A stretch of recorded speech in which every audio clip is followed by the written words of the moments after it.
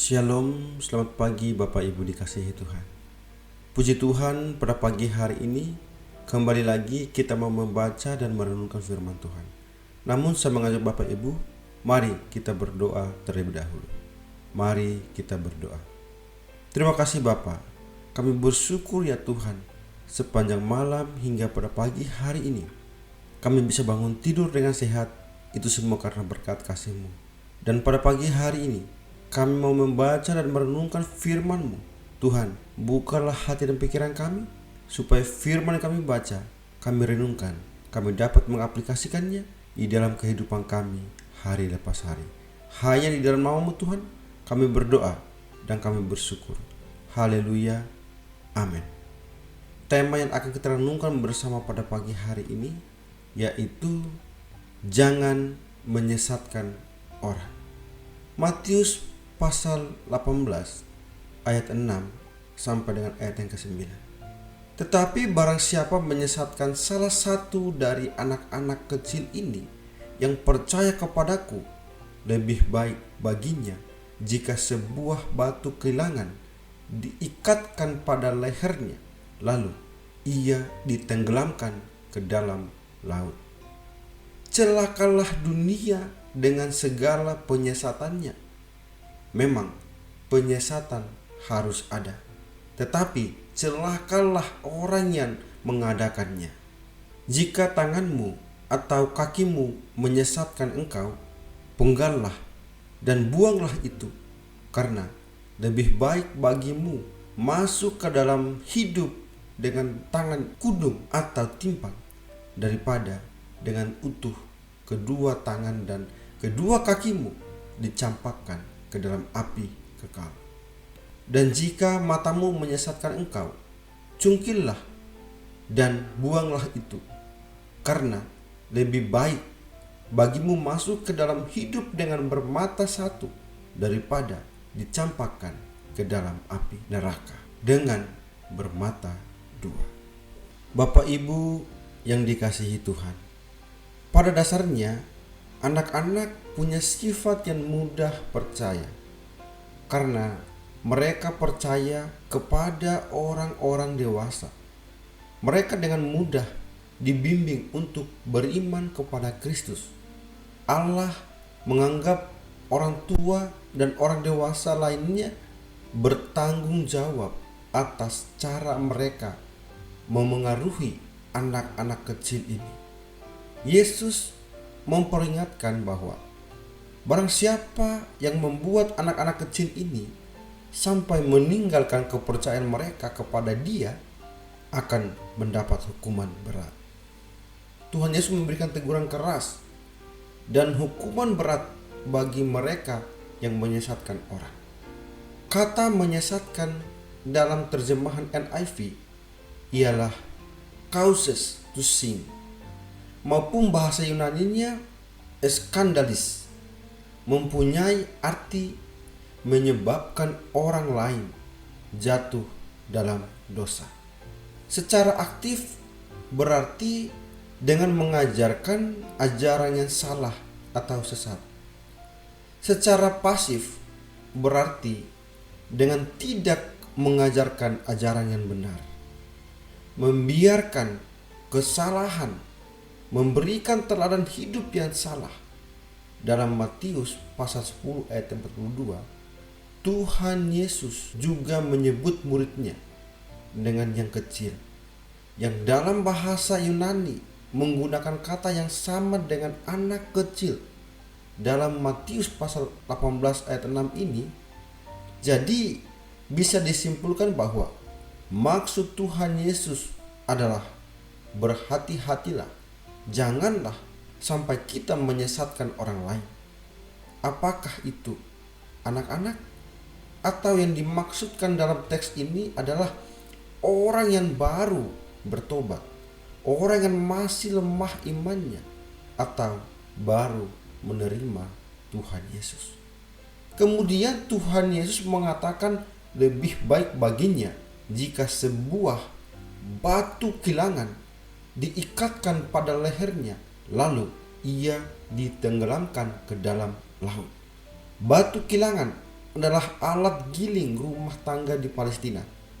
Terdiri dari dua batu besar yang ditumpuk untuk mengerus biji-bijian. Kilangan yang sangat berat sehingga harus ditarik oleh keledai untuk memutarnya. Batu kilangan yang sangat berat inilah yang dimaksud oleh Yesus. Beratnya batu kilangan ini pasti membuat orang tenggelam jika diikatkan di lehernya dan dimasukkan ke dalam laut. Hal ini menggambarkan bahwa siapa saja yang menyesatkan orang lain akan mendapat hukuman yang berat. Selain agar menyesatkan orang lain, Tuhan Yesus juga mengingatkan supaya kita waspada agar kita sendiri tidak tersesat atau jatuh dalam dosa. Ayat 8 tidak bisa diartikan secara hurufiah. Namun maksud ayat ini adalah jika ada hal-hal yang bisa membuat kita tersesat, misalnya gadget, game, teman, hobi, pekerjaan dan lain-lain sebagainya, buang atau tinggalkanlah itu. Lebih baik kita tidak memilikinya di dunia daripada itu akan membuat kita semakin jatuh di dalam dosa dan mendapat penghukuman kekal. Yesus memperingatkan murid-muridnya tentang dua hal yang menyebabkan orang lain berbuat dosa, mencobai mereka dan mengabaikan atau merendahkan mereka. Sebagai pemimpin, kita harus menolong anak-anak muda atau orang-orang yang baru percaya untuk menghindari apapun atau siapapun yang dapat menyebabkan mereka tersandung dalam iman mereka dan membawa mereka untuk berbuat dosa. Janganlah pernah kita menganggap enteng pendidikan dan perlindungan rohani bagi orang-orang yang muda usia atau muda dalam iman itu. Kita harus menyingkirkan batu-batu sandungan yang menyebabkan kita berdosa. Ini tidak berarti memotong suatu bagian tubuh. Bagi gereja itu berarti bahwa setiap orang, program atau pengajaran yang mengancam pertumbuhan rohani dari tubuh itu harus disingkirkan.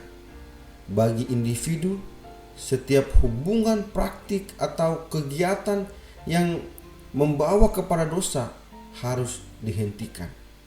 Yesus berkata, akan lebih baik masuk surga dengan satu tangan daripada masuk neraka dengan kedua tangan. Tentu saja dosa lebih berdampak daripada tangan kita. Dosa berdampak pada pikiran dan hati kita. Sama seperti seorang gembala peduli terhadap satu domba yang hilang, sehingga pergi mencarinya ke pegunungan. Demikianlah Allah peduli terhadap setiap manusia yang Ia ciptakan. Ia menghendaki supaya jangan ada yang binasa. Jika kita berhubungan dengan anak-anak di lingkungan kita yang membutuhkan Kristus, bimbinglah mereka menuju Dia dengan teladan yang baik dan benar, sehingga kita bisa membimbing orang lain pada jalan yang benar. Mari Bapak Ibu yang dikasihi Tuhan, firman Tuhan jelas bahwa marilah kita sebagai orang yang hidup di dalam Tuhan membimbing orang dan mendidik orang dan menuntun orang pada jalan yang benar. Itu adalah tugas orang yang sudah percaya kepada Kristus, orang yang sudah mengambil keputusan untuk mengikut Tuhan. Tugasnya untuk menjadi saksi Kristus. Dimanapun kita berada, jadilah berkat. Jangan sampai menyesatkan orang lain. Amin. Mari kita berdoa. Terima kasih Bapa yang baik. Kami bersyukur ya Tuhan. Pagi ini kami kembali diingatkan oleh kebenaran firman Tuhan, supaya hidup kami semakin hari bisa menjadi berkat bagi banyak orang. Terima kasih ya Tuhan, terima kasih untuk kebenaran firman.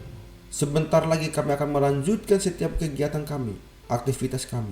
Ya Tuhan, pimpinlah setiap langkah kami. Apapun yang kami kerjakan, apapun yang kami lakukan, biarlah campur tangan-Mu dan memelihara dan menyertai kami. Terima kasih Tuhan, terima kasih. Kami serahkan seluruh kehidupan kami, aktivitas kami sepanjang hari ini ke dalam tangan-Mu.